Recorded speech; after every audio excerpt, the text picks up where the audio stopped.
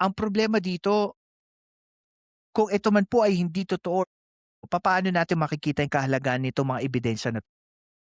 Paano natin mapapatunayan ito? Unless, sabi ko nga, magpakita talaga si VP Sara. Gamit din pala 'tong batayan, itong mga financial record tulad ng AMLAC report para po magkaroon ng linaw, para magkaroon ng tibay kung itong mga dokumento, mga numerong nakikita na ay may basehan.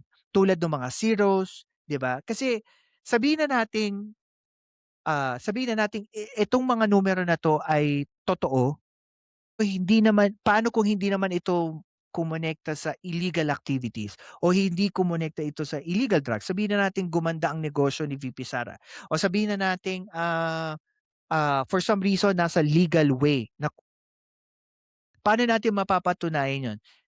Ako, naniniwala ako opening these statements, bank transaction, ng pagkakataon, ng chance for everybody for us to see kung ito ba'y totoo o hindi.